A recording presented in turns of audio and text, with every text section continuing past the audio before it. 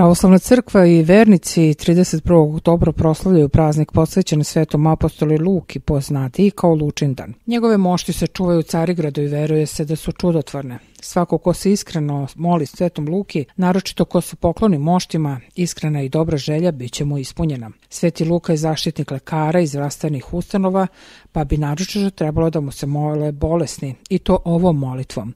O Sveti Luka, Bogom izabrani i Majkom Božijom blagosloveni, propovediče po svojoj vaseljenji Evanđelja Hristovog, mučeniče i apostole, pomoćniče svima koji te molitveno prizivaju, pomozi i nama, slugama Gospodnjim.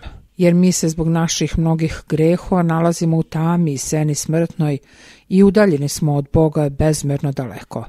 A zbog stida koji osjećamo zbog toga i nemajući smelosti da Gospoda sami zamolimo za oproštaj, prizivamo tebe, veliki svetitelju Božiji, kao onoga koji u njegovoj neizmernoj svetlosti prebivaš, da ga umjesto nas moliš da se smiluje na nas. Sveti Luka je preminuo u 84. godini u Tebi u Grčkoj, kada su ga progonitelji hrišćana obesili na drvo masline zbog njegovog propovedanja.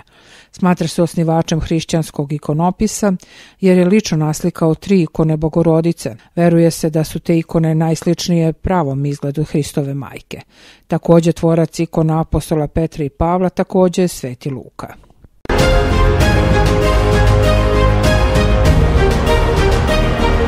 Balkanka sve zna.